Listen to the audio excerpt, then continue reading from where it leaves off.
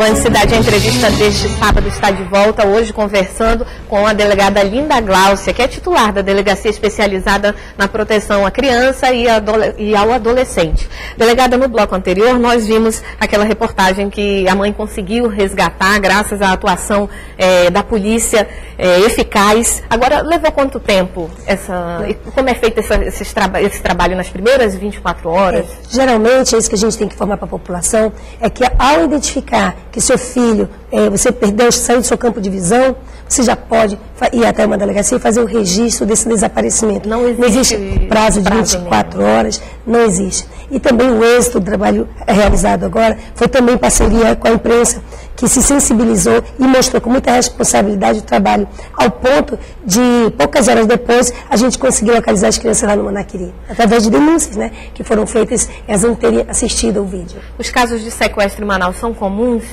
Não temos. Muitos casos de sequestro, não. Nós tivemos esse e alguns outros que, graças a Deus, a gente conseguiu solucionar.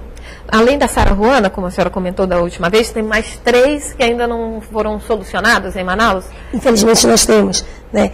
Esse número é muito ruim quando a gente fala no número. 3 para muitos pode ser pouco, mas para mim é muito. Muito porque eu não consegui resolver. Mas a gente continua nessas investigações, tentando localizar as outras crianças que estão desaparecidas. Como é feito o trabalho em parceria com as delegacias do resto do país? Tem alguma conversa? Nós temos, em cada estado, existe uma delegacia de proteção e nós fazemos parte de uma rede nacional que integra, né? E sendo assim fica mais fácil o trabalho ser desenvolvido. Nós temos os telefones onde a gente faz contato. Da forma como eu precisei de algumas outras unidades do país, elas também, quando precisam de mim, a gente dá todo esse apoio. É uma forma que a gente tem, é uma forma que a gente tem de combater esse tipo de crime que acontece aí contra as nossas crianças e adolescentes. Como funciona essa questão da saída das crianças e adolescentes da cidade de Manaus para pegar a rodovia interestadual, ou para pegar voos internacionais, ou sair de barco? O que eu percebo, por exemplo, naquela situação do sequestro das crianças, se nós tivéssemos tido uma fiscalização nos barcos, teríamos evitado a saída das crianças de Manaus. Precisamos de fiscalização. Sim, em vez de ser abordado algum carro ou alguma embarcação, se verificar somente droga, que é o que se procura muito, vamos ver também a origem das crianças, se elas estão realmente acompanhadas de seus pais. Quanto aos adolescentes, fica um pouco mais complicado o trabalho de fiscalização nosso. E criança até quantos anos? Até 12. Até 12. Até 12. A partir daí fica mais difícil. Fica mais difícil porque o próprio ECA, ele permite, né, que esse adolescente viaje em território nacional sem autorização dos pais, o que é uma coisa que eu estou combatendo todos os dias, tentando fazer uma alteração através dos senadores e dos deputados federais. Agora, não é o que a gente vê no aeroporto. O aeroporto tem uma fiscalização mais presente. Mesmo um adolescente de 15 anos tem que apresentar, pelo menos em vários casos eu já vi. Isso é uma portaria baixada pelo juizado, mas aonde ela vem em confronto com o ECA, com o que estabelece o ECA. Então, por mais que nós queiramos trabalhar, por mais que nós queiramos impedir... Perde a validade. Se eu impeço um adolescente de viajar e a mãe autorizou, essa própria mãe que autorizou, ela pode ajuizar uma ação contra a polícia, contra a pessoa que impediu a viagem do adolescente. É um absurdo, né? Porque infelizmente, eu acho muito contraditório. Nós temos alguns crimes de tráfico de pessoas, crianças e adolescentes, para fins de exploração sexual. Dificulta o trabalho, porque ele sai de Manaus para ser explorado sexualmente. Se nós temos uma lei que diz que é crime, poderíamos ter uma lei auxiliando esse trabalho para a gente combater esse tipo de crime. Agora, nós conversando também sobre essa questão de drogas, Manaus faz parte, sim, da rota do tráfico de drogas e do tráfico de pessoas. As crianças da América do Sul, isso pode estar acontecendo? Tem essa possibilidade? Nós temos informações que sim. Não temos nenhum dado onde eu possa te informar se aconteceu um fato.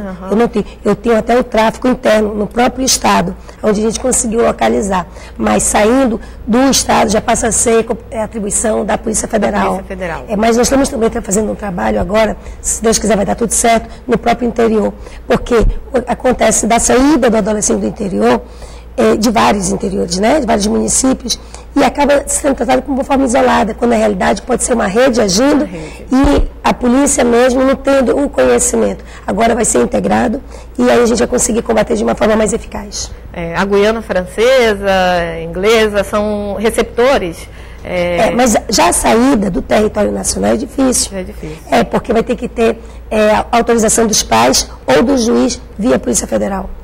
Agora, eu gostaria que a senhora acompanhasse também, nós vamos receber um outro caso, que no dia 24 de agosto, o Band Cidade mostrou uma história que causa nojo, ao mesmo tempo que levanta discussão sobre como muitos assuntos estão sendo debatidos hoje com adolescentes e crianças, como o sexo, por exemplo. As imagens identificam uma adolescente de 12 anos fazendo sexo com outros 3 menores. A cena aconteceu no fundo do quintal de uma escola, onde os adolescentes estudam. Um deles gravou as imagens e ficou exibindo na sala de aula, na escola, até que chegou ao conhecimento da diretora, que informou os pais. Aí a mãe da menina disse que foi um caso de estupro. Mas nas imagens mostra o consenso. Mas se tratam de 4 crianças,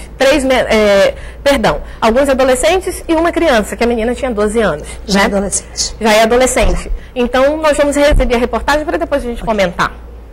As imagens foram gravadas por uma câmera de celular no último dia 16 de agosto. O vídeo mostra 2 adolescentes mantendo relação sexual e outros 2 assistindo tudo. O vídeo foi filmado no horário da aula neste terreno por trás da escola. Os 4 estudantes filmaram tudo e divulgaram aos outros alunos até chegar à direção do colégio, que informou o conselho tutelar. E nós fomos lá para saber do caso, encontramos lá a mãe e o padrasto da criança, né? E nós acompanhamos ele até a delegacia mais próxima para verificar a situação e, é claro, encaminhamos a mãe, né, para DAI. Na escola, ninguém comenta o assunto. Com medo de represálias, os pais da menina, de apenas 12 anos, pediram a transferência dela. Os 3 adolescentes de 14, 15 e 17 anos devem prestar depoimento na delegacia especializada em apuração de atos infracionais. Nós vimos aí na reportagem, não faz parte, né, da sua atividade. Já vai para a questão dos adolescentes lá, porque não tinha um adulto envolvido na história. Mas eu gostaria que a senhora falasse, desse a sua opinião com relação a como deve tratar a questão do sexo com esses pré-adolescentes, quem está entrando nessa fase, ou até mesmo com criança. Tem idade certa? O que a senhora aconselha? A idade certa, eu não tenho como lhe falar, como dizer em que momento os pais devem fazer essa abordagem com sua criança para já tentar protegê-la. Mas eu entendo que o pai vai sentir, porque cada criança ela tem uma maturidade. Então você vai ter que perceber que ela já está pronta para receber esse tipo de informação com muita segurança, para que se defenda. A situação que eu vi aí no vídeo, além do estupro que aconteceu com essa adolescente, nós temos a própria filmagem. A filmagem é um crime, armazenar esse tipo de informação, esse tipo de vídeo é outro crime. E repassar. Exatamente. Então o que eu peço, é até para esclarecer as pessoas, que armazenar imagens, filmar, tudo é crime. Se você receber no seu computador uma imagem dessa forma, ou um vídeo, delete imediatamente. O Bluetooth não passa isso para ninguém. Por mais que ache engraçado, como algumas coisas eu já vi, não é. Isso é um crime que é tratado com o rigor bem mais forte do que outros crimes que nós já vimos por aqui. Agora, essa questão levada para a escola, a senhora acha que é papel do educador lá dentro da escola repassar essas informações ou deve começar em casa? É um trabalho conjunto, família e escola, não dá para ser separado. Né? Eu acho que a família tem que estar participando da vida escolar, da vida estudantil do seu filho, o que eu percebo que hoje, infelizmente, está deixando muito a desejar. Né? Primeiro, ou tem uma condição escolar, ou a criança ou adolescente vai sozinho para a escola. Seria muito interessante que os pais continuassem, né, uma tradição, uma forma que nós temos e tínhamos de proteger, que era levar a criança até a escola e buscar essa criança na escola. É nesse momento que você conhece os colegas, é nesse momento que os colegas conhecem a família dessa criança ou desse adolescente, e aí passa a proteger mais, dando mais segurança para ele.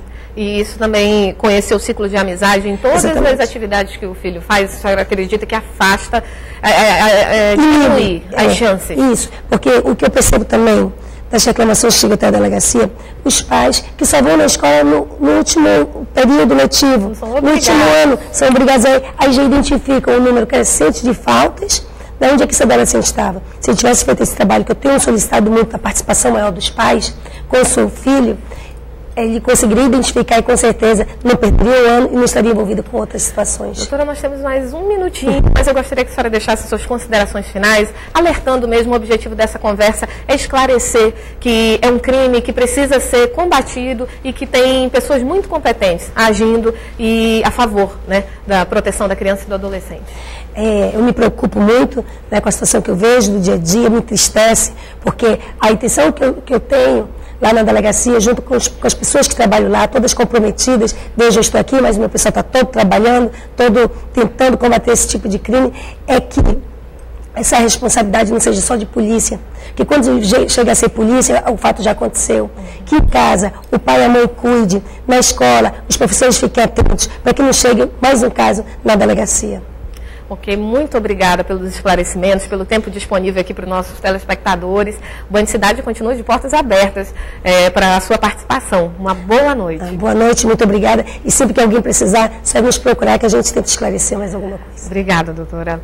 O Band Cidade Entrevista deste sábado fica por aqui. Segunda-feira nós voltamos com o seu telejornal normal. Muito obrigada pela participação, por acompanhar essa entrevista. Uma ótima noite para você e um bom domingo.